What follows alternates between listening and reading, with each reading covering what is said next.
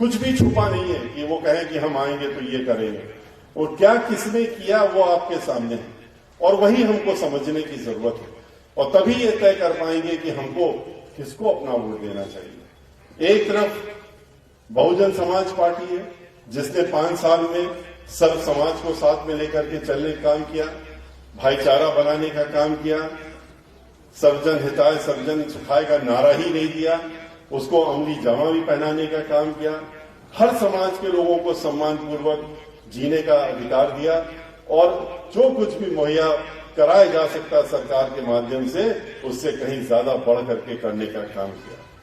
आप याद करिए कि 5 साल के समय में बहन मायावती जी ने क्या क्या नहीं किया।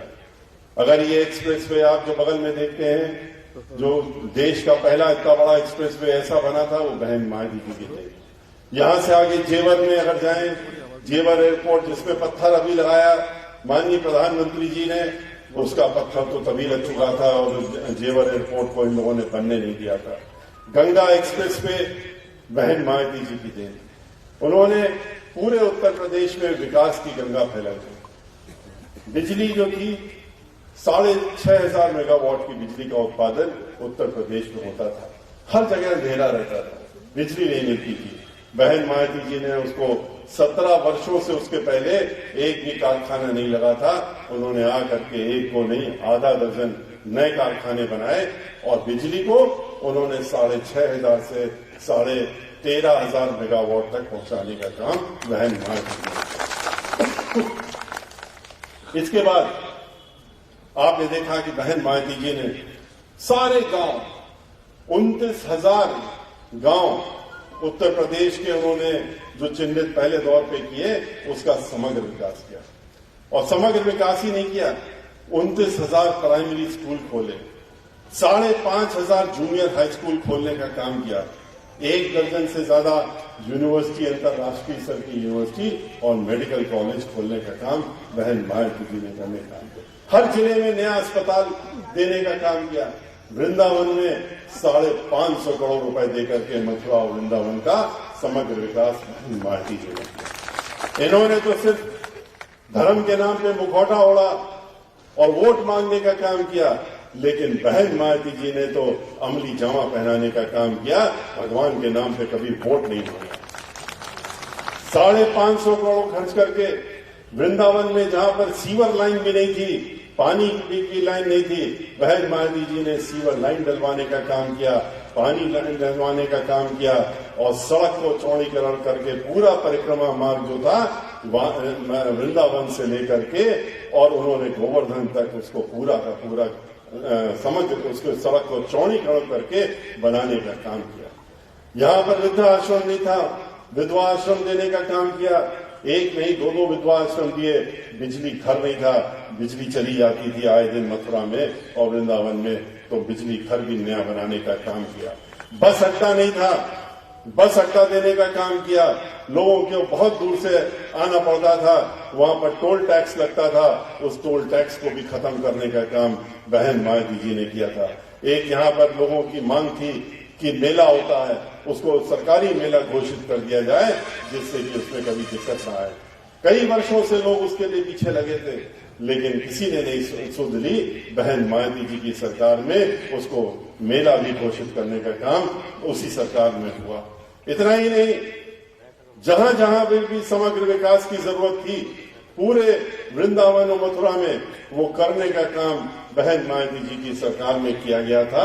और ये मैं इसलिए कहता हूं क्योंकि उसकी जिम्मेदारी उस समय हमारे हाथों में दी गई थी। मैं स्वयं यहां पर अनेकों बार आया और जो कार्य चल रहे थे उनको देखने का काम किया। जो अस्पताल बना है वहां पर वृंदावन में और मथुरा के बीच में, वो भी आप लोगों ने देखा, 100 बेड का अस्पताल, वो आधुनिक अस्पताल भी बहन मायावती जी ने किया। मथुरा से वृंदावन जाने के लिए लोगों को घंटों घंटों रेलवे लाइन बंद हो जाती थी और खड़े रहना पड़ता था। उसको फ्लाईओवर बना करके 5 मिनट में मथुरा से वृंदावन पहुंच सके लोग, इसका भी इंतजाम उस फ्लाईओवर को बना करके बहन मायावती जी ने किया। तो कहने का तात्पर्य ये है कि चाहे अयोध्या हो, अयोध्या का समग्र विकास अगर हुआ था उस समय तो बहन मायावती जी की सरकार में हुआ था। चाहे उस सरयू नदी के तट बनाने की बात हो, चाहे वहां पर सीवर लाइन बनाने की डालने की बात हो, चाहे सीवेज ट्रीटमेंट प्लांट लगाने की बात हो, बिजली घर देने की बात हो, परिक्रमा का अयोध्या का चौड़ीकरण की बात हो, वो सब का सब बहुजन समाज पार्टी की सरकार में हुआ। लेकिन कभी भी हम लोगों ने ईश्वर को बीच में नहीं लाए, भगवान को नहीं लाए, न भगवान राम को लाए, न भगवान कृष्ण को लाए, और हम लोगों ने उनके नाम पे वोट मांगने का काम नहीं किया। तो ये वो लोग हैं, ये भारतीय जनता पार्टी वो है पार्टी जो मुखौटा तो दिखाती है, हम धर्म का पहनते हैं, और धर्म का मुखौटा पहन करके क्या करते हैं। कितने अत्याचार उत्तर प्रदेश में हो रहे हैं, कितनी हत्याएं हो रही हैं, कितने बलात्कार हो रहे हैं, कितनी लूटमार हो रही है, कितना बड़ा भ्रष्टाचार है। बहन कुमारी मायावती जिंदाबाद जिंदाबाद, बहन कुमारी मायावती जिंदाबाद जिंदाबाद। यूपी की मजबूरी है, मायावती जरूरी है, यूपी की मजबूरी है। आपने देखा कि पूरे उत्तर प्रदेश में कहते हैं कि हम कानून का राज चला रहे हैं। क्या यही कानून का राज का मतलब है जो हम लोग समझते हैं? कानून का राज जिसमें कि 500 से ज्यादा ब्राह्मण समाज के लोगों की हत्याएं हो जाती हैं, 100 से ज्यादा ब्राह्मण समाज के लोगों का इनकाउंटर हो जाता है, कितने जो ब्राह्मण समाज के खास तौर से उद्योगपति थे और काम धंधे में लगे थे, उनकी हत्याएं कर दी गई। यहां तक कि पुलिस वाले से गाड़ी के अंदर बैठाल के गोली मार के हत्या करा दी गई है। पुलिस वाला आज 1.5 साल हो गया है, आईपीएस अधिकारी अभी तक पकड़ा में नहीं आया है। क्या यही कानून का राज है? क्या यही कानून का राज है कि जो आज यही पड़ोस में हाथरस में एक दलित समाज की बेटी, उसके साथ में पहले बलात्कार होता है और बलात्कार होने के बाद में जब उसकी मृत्यु हो जाती है तो उसके मृत्यु शरीर को भी उसके परिवारजनों को नहीं देते हैं। वो रोते रहते हैं, भिलकते रहते हैं, मां चिल्लाती रहती है, लेकिन आखिरी वक्त में भी उसका चेहरा नहीं दिखाते हैं। क्यों? क्योंकि मुख्यमंत्री कहते हैं मैं स्वयं यहां से बैठ के देख रहा हूं, जिला मजिस्ट्रेट को आदेश देते हैं कि मेरा निर्देश है कि तुम जो हो इसको, इस शरीर को उनके घर वालों को नहीं दो, क्योंकि हमारे अपने लोग इसमें फंसे हुए हैं और हमें उनको बचाना है, इसलिए तुम उसको ले जाके जला दो। और फिर सबने देखा कि रात के 2:30 बजे किस तरह से एक कांस्टेबल ने ले जाकर के खेतों में मट्टी का तेल डाल करके और उसको जलाने का काम किया। वो भी विभत्स जो दृश्य था वो खाली हम लोगों ने नहीं देखा, पूरे देश ने देखा, विदेशों में भी देखा गया और उसके बारे में हर जगह लिखा गया कि ऐसा भी एक प्रदेश है उत्तर प्रदेश जहां इस तरह का भी काम हो सकता है। फिर आपने देखा महिलाओं से इन्होंने क्या वादा किया था। वोट लेने के लिए इन्होंने इतनी झूठ बोले, इतने झूठ बोले कि जिसकी इंतहा कर दी इन्होंने। सबसे झूठ बोला कि वोट के नाम पे किसानों से कहा कि हमको वोट दे दो, हम तुम्हारी आमदनी 2 गुना कर देंगे। क्या किया किसानों के साथ में? किसानों की जमीन तक तो कब्जा करने की पूरी कोशिश, योजना बना दी, 4 काले कानून ला दिए और इस तरह के कानून बनाए कि मजबूरन ये जमीन उसको ठेके में देनी पड़े उद्योगपतियों को, जिससे कि कभी वापस ना आ सके। विरोध किया उन्होंने, 700 किसानों की जान गई, 700 किसानों ने शहादत दी। इनके ऊपर कोई असर नहीं हुआ। उनका आंदोलन रोकने के लिए इन्होंने लखीमपुर में 4 किसानों को तो गाड़ी के नीचे कुचल करके भी मारने का, खुलेआम काम करने का काम किया। और जिस मंत्री के लड़के और जिस मंत्री का नाम आया चार्जशीट में, उसके बाद आपने देखा कि आज भी उसको इस सरकार में मंत्री बना के रखा है, हटाया नहीं है उस सरकार। और क्यों नहीं हटाया?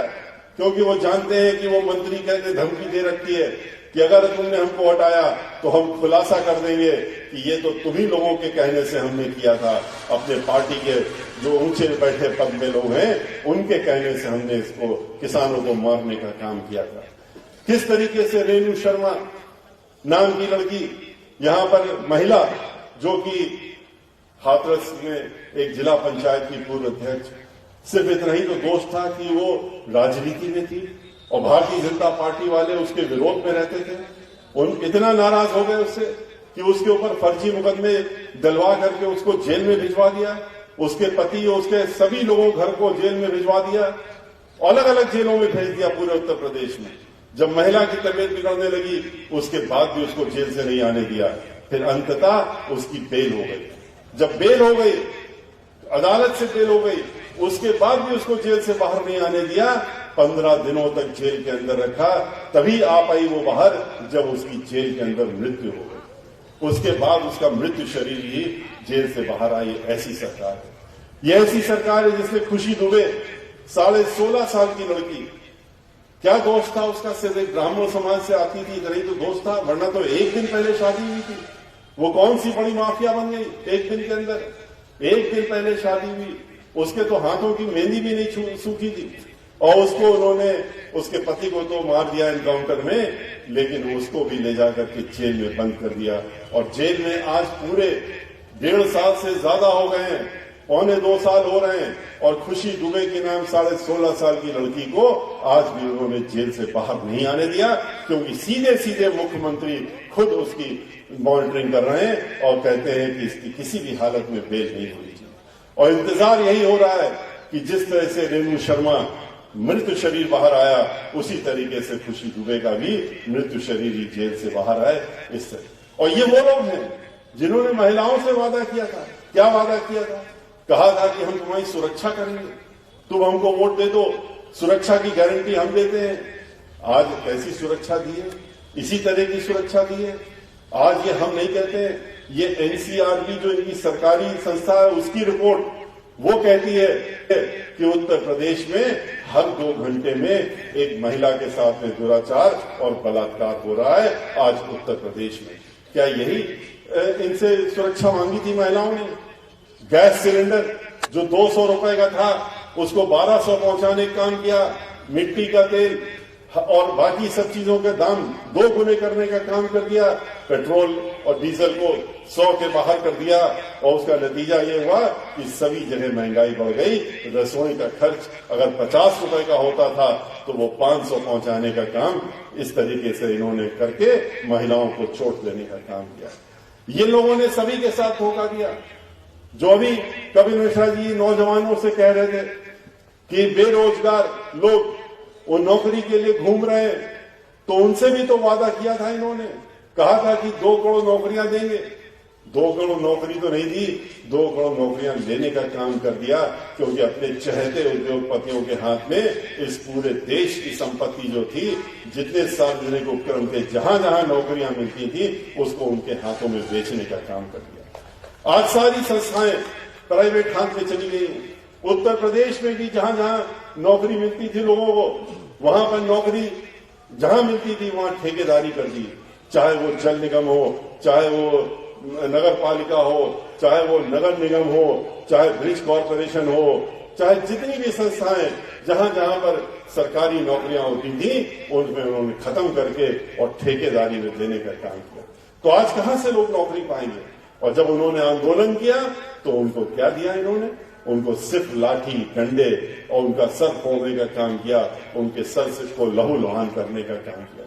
जब उन्होंने कहा कि हमने आंदोलन तो इसीलिए किया क्योंकि आपने वादा खिलाफी की, तो कहते हैं कि आपको तो ये जुमला पहले से समझ लेना चाहिए था कि हमने पहले भी तो कहा था कि 15 लाख हर गरीब के, हर एक के खाते में पहुंच जाएंगे। किसके खाते में पहुंच गए? वो तो एक जुमला था, और इसको भी आपको मान लेना चाहिए था कि जुमला है। आप लोग क्यों हमारी गलतफहमी में आ गए? लेकिन एक सलाह देते हैं आपको कि आप लोग पढ़े लिखे नौजवान हो, आप जाइए और पकौड़ा बेचने का काम करिए। ये हम आपको सलाह दे सकते हैं। तो ये वो लोग हैं जो झूठ बोल करके किसानों से कहा 2 गुनी आमदनी कर देंगे। क्या 2 गुनी कर दिया इन्होंने? बहन मायावती जी ने जरूर किसानों से नहीं कहा था, लेकिन उन्होंने 2 गुनी आमदनी करने का काम किया। उन्होंने 125 रुपए क्विंटल किसानों को मिलता था गन्ना का, उन्होंने उसको बढ़ा करके 250 रुपए करने का काम बहन मायावती जी ने किया। आज किसान जो है रात में सोता नहीं है, अपने घरों में नहीं रहता है, खेतों में पड़ा रहता है। वहां पर खाली जानवरों को से अपने खेत को बचाने के लिए दिन रात लड़ाई लड़ता रहता है। फसल को बचाने के लिए वो 24 घंटे उसी में वो लगा रहता है। तो आज ऐसी स्थिति किसने पैदा की? इसलिए स्थिति भी पैदा करने का काम भारतीय जनता पार्टी ने। भारतीय जनता पार्टी ये वो पार्टी है कि अगर पूरे विश्व में एक कंपटीशन हो जाए और एक इस बात की स्पर्धा हो जाए कि चलो देखते हैं कि कौन सबसे ज्यादा झूठ बोल सकता है, तो भारतीय जनता पार्टी के नेता लोग नंबर 1 पे आएंगे और सबसे ज्यादा इनाम पाने का काम यही लोग करेंगे। इसके पहले समाजवादी पार्टी सरकार थी। समाजवादी पार्टी की सरकार तो जब जब आती है सभी को मालूम है कि क्या माहौल हो जाता है उत्तर प्रदेश का। आते ही गुंडागर्दी, माफियागर्दी, दहशतगर्दी, डकैती, फिरौती, बलात्कार, लूटमार पूरे प्रदेश में गांव-गांव हर जगह देखने को मिलता है। दंगे फसाद, एक दो दंगे नहीं, 134 दंगे कराने का काम समाजवादी पार्टी की सरकार में हुआ। ये उनकी महारत है और वो आज कहते हैं कि हमको दोबारा से मौका देते। ये वो दोनों पार्टियां, भारतीय जनता पार्टी, समाजवादी पार्टी, वो पार्टियां हैं जो आपस में मिली रहती हैं। ये एक ही सिक्के के दो पहलू हैं। ये लोग मिलकर योजना बनाते हैं कि कैसे दंगा कराया जाए, कैसे फसाद कराया जाए, कैसे लोगों को लड़ाया जाए और कैसे भाईचारा खत्म किया जाए। तो इसीलिए हमारा आपसे अनुरोध है कि आपको आज ये पहचानने की जरूरत है। आज से सिर्फ आपके पास 36 घंटे भी नहीं बचे, 30 घंटे बचे। इन 30 घंटों में आपको अपना पूरा एक एक समय अपने लिए निकालने की जरूरत है। अपने लिए मैं इसलिए कह रहा हूं कि मैं अशोक कुमार, जो हमारे साथ में एडवोकेट हैं, हम लोगों के वकालत के भी साथी हैं, कपिल मिश्रा भी वकालत 15 साल से 13 साल से कर रहे हैं, ये भी वकालत कर रहे हैं, हम भी वकालत 45 वर्षों से करते आ रहे हैं। और ये मैं जानता हूं कि कितने आप लोगों के बीच में किस तरह से ये तत्पर है कि हमको मौका मिले और हम अपनी आपके बीच में कुछ करके दिखाने का काम करें। लेकिन ये प्रत्याशी तो जरूर है, ये हमारे सिंबल इनको मिला इसलिए ये हमारे प्रत्याशी, घोषित प्रत्याशी है। लेकिन मैं ये समझता हूं कि ये तो कहने के लिए प्रत्याशी हैं, सही माने में तो आप सब लोग जितने यहां बैठे हैं, आप लोग हमारे प्रत्याशी हैं। हम आपको अपना प्रत्याशी मानते हैं। टिकट इनके पास है लेकिन प्रत्याशी आप हैं। ये तो सिर्फ आपकी बात को वहां पहुंचाने का काम करेंगे, या आपके मुख बंद करके आपकी बात को विधानसभा में गर्जन करके पहुंचाने का काम करेंगे। इसके लिए आप इनको चुन करके भेजने का काम करना। इसलिए अगर आप प्रत्याशी हैं तो आपको ये सोचना होगा कि हमें अगले जो 30 घंटे बचे हैं इसमें किस तरह से काम करना है। आप स्वयं अगर चुनाव लड़ रहे होते तो आप खुद ही सोच लेते कि अगले 30 घंटे हम किस तरह से लोगों के पास जाएं, क्या बात करें, कैसे वोट मांगने का काम करें, और वही सब काम आपको करना है जिससे कि आप जीत सकें। इनकी जीत आपकी जीत होगी और आपकी जीत जो है पूरे विधानसभा की जीत होगी। और आप लोग जो जब हमारे साथी अशोक कुमार जी जब जीत के जाएंगे तो ये निश्चित है पूरे प्रदेश में हम जो है 75 जिलों में घूम चुके हैं। एक बार नहीं 2 बार 23 जुलाई से जब से निकले थे उसके बाद से, और अब की बात पूर्ण बहुमत की सरकार बहन मायावती जी की बनने जा रही है। कोई रोक नहीं सकता, उनकी पूर्ण बहुमत की सरकार बनने जा रही है। और पूरा प्रदेश जो है उनकी तरफ देख रहा है कि कब 10 मार्च आए, कब नतीजे निकले और हम बहन मायावती जी को उत्तर प्रदेश का 5वीं बार मुख्यमंत्री देखने का काम करें। लेकिन हम ये जरूर चाहेंगे कि जब बहन मायावती जी मुख्यमंत्री बने तो बलदेव जो यहाँ की विधानसभा है उसका नाम भी वहां पर गूंजे, और इसलिए भी गूंजे कि यहाँ से जो विधानसभा में आपने जिसको भेजने का काम किया है वो सबसे भारी मतों से जीत करके, मथुरा जिले के सबसे भारी मतों से जीत करके वहां पहुंचने का काम किया है। इस बात के लिए एक संदेशा बलदेव का भी जाना चाहिए और इसके लिए आपको अपना मत जो है अपना ही नहीं अपने नातेदार रिश्तेदार सबको लेकर के जाकर के उस दिन वोट डलवाने की जरूरत है।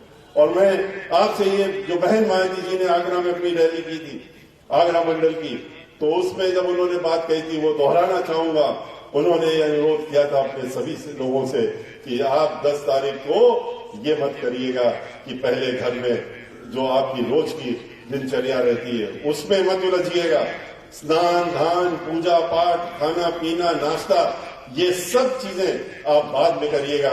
सुबह पहले उठ करके जा करके और लाइन लगा करके वोट दबाने का काम, वोट डालने का काम करिएगा और लौट करके आके आप ये सब काम करिएगा। और जब वहां जाइएगा तो कुछ बहुत खास चीजें भी ध्यान में रखिएगा।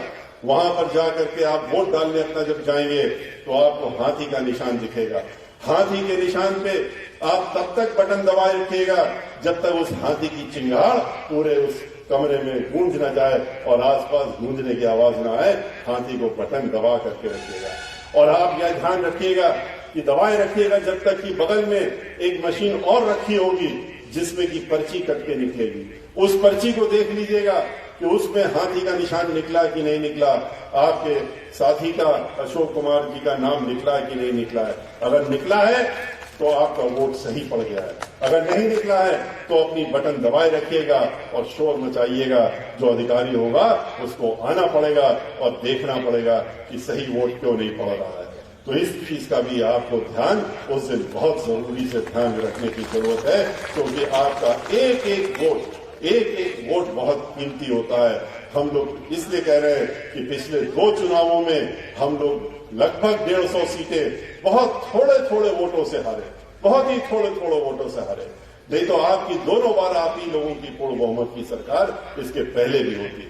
इसलिए अब की बार हम लोग ये गलती नहीं होने देना चाहते हैं और इसीलिए आपको इस बात को हम बता रहे हैं। हाथी जो है उसने अपनी चाल चल दी, उसने 23 जुलाई से चला था और अब तो हाथी दौड़ रहा है और दौड़ते वो लखनऊ की तरफ जा रहा है और लखनऊ में जाकर के 10 मार्च को रुकने का काम करेगा, जब वहां पर गिनती खुलेगी और विधानसभा का जब हर विधानसभा का रिजल्ट निकलेगा और बलदेव विधानसभा का भी रिजल्ट निकलेगा और हमारे साथी अशोक कुमार गौतम विधानसभा में उनका डिक्लेरेशन होगा कि वो भी चुनाव जीत करके पहुंचे हैं। इस बात की भी बात वहां पर पहुंचे गूंजेगी और उस दिन हम लोग बहुजन समाज पार्टी की सरकार दोबारा स्थापित करेंगे उत्तर प्रदेश में और बहन मायावती जी को 5वीं बार मुख्यमंत्री बनाकर उत्तर प्रदेश में फिर से अमन चैन की एक वातावरण बनाएंगे, माहौल बनेगा, भाईचारा होगा, सब एक साथ एकजुट रहेंगे।